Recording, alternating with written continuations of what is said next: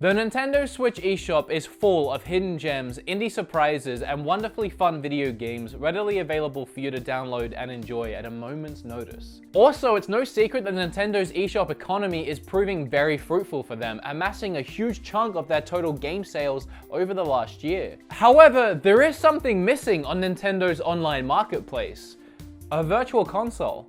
A library of Nintendo games from throughout the ages, our favorite series and franchises from our favorite classic Nintendo systems. Which one would think by now, over a year after this system's release, there'd be a little virtual console icon right here next to the eShop. I mean, Nintendo promised this was happening before the Switch was even released. In fact, it was heavily implied that both the virtual console and a paid online service would be live by now. But why? Why has that not happened yet? Why has Nintendo not taken their old games like they always do and throw them onto the new system? It would just be such a great idea to have those old games on this system, right? Okay, eShop, what have you got for me today? Let's see. Ooh, I heard good things about this game Celeste. Maybe I should give it a try. Oh, but they just put Super Metroid on here. Okay, one time through Super Metroid real quick. Alrighty, I'm back. Time to give this indie darling a go. Purchasing Celeste. Oh, but man, look at all these games I'm already sure I'll like. Okay, you know what? Link to the Past, Donkey Kong Country, and Yoshi's Island real quick, then Celeste.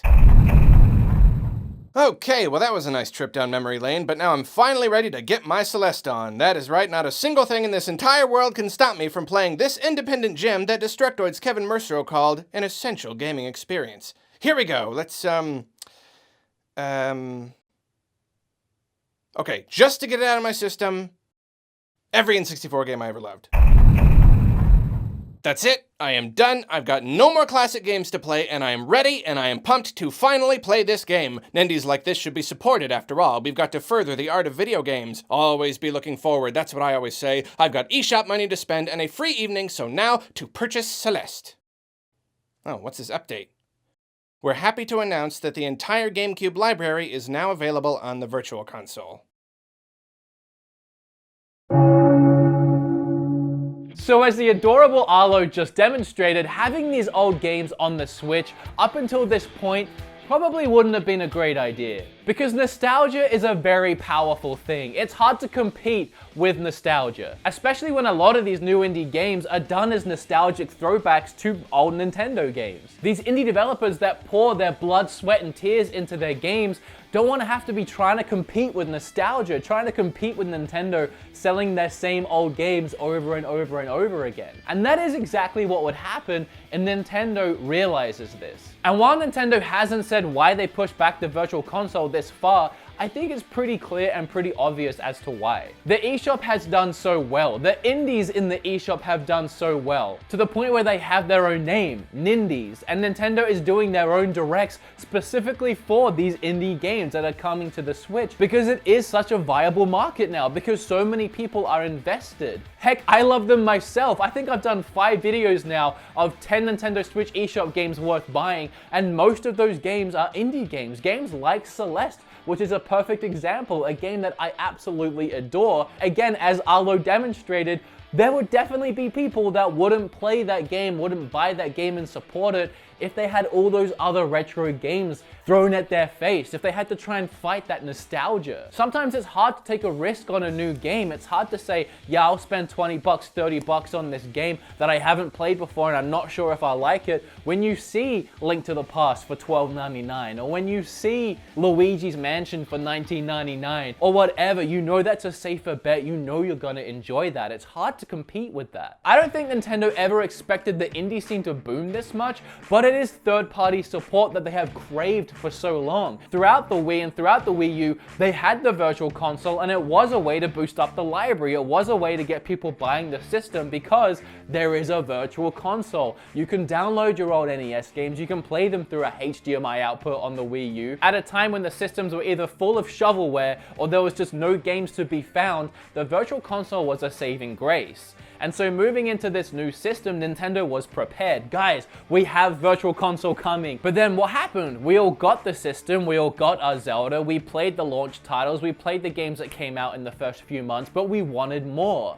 We wanted to download I Am Setsuna onto our system. We wanted to download snipper clips and hand off that Joy-Con and play it with a friend. We dived into that eShop, and the more we downloaded and played in that eShop, the more we began to crave new games. And we had games coming to the Switch that we heard were great on Steam. We heard they were great on Xbox One and PlayStation 4. Yeah, let's play them portable. Let's give them a shot on the Switch. And very quickly, downloading games off the eShop, downloading these indie titles and whatever else we could find on there became very easy to digest. And now when it comes to third party, more than anyone else, more than EA, more than Ubisoft, more than Rockstar, more than any other developer you can name, it's the indie guys. It's the indie developers that want to throw their games on the Switch. They want to make sure that their game is going to be on the Switch as well as everywhere else. Because you have the Nindies. Nintendo themselves are highlighting these games in directs. And if you had had Virtual Console on the system at launch or there soon after, the indie scene wouldn't have got to this point. The eShop wouldn't be doing as well as it is. You think of all the games like Zelda we have on there now. Kamiko.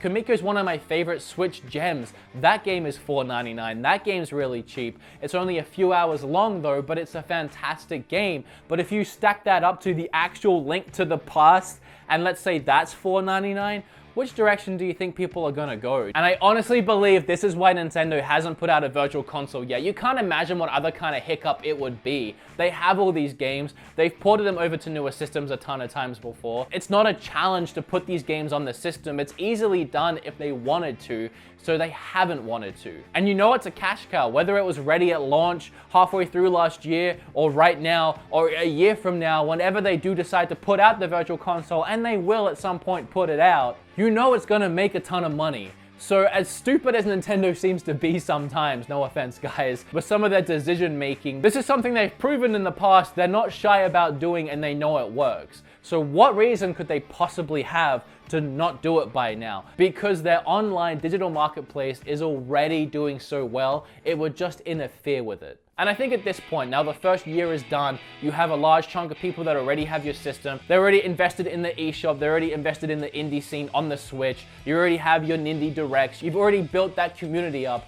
I think moving forward now, it's safe to start putting a Virtual Console out on the system. Maybe don't drop everything at once. Maybe don't say, hey, here's the NES and SNES library and half the GameCube library.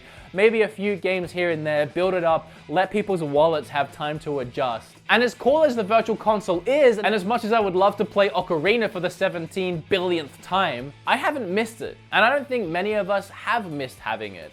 A lot of us, including me, think that it would be cool, but with the sheer amount of games that have been thrown at us every single week, either digitally or physically, has more than kept us satisfied. It just wasn't necessary, and that's great. There were so many signs and hints throughout the last year before the actual sales numbers were released for Switch that the Switch was doing well and it was being successful. And one of the many for me was seeing a lack of Virtual Console and seeing that term Nindies be coined by Nintendo themselves. So guys, for now, keep firing up your Switch, loading games like Fury, Shovel Knight, and Celeste, and playing to your heart's content. Keep checking that eShop for new and exciting games, or if you can't be bothered keeping up to date yourself, subscribe to this channel because I'll keep it up to date for you. And guys, just promise me one thing. When Virtual Console does finally drop, and it will, don't forget to keep supporting the indie developers. Don't forget to keep buying and playing those other games as well as your favorites. Because that support, and the support we've all shown so far,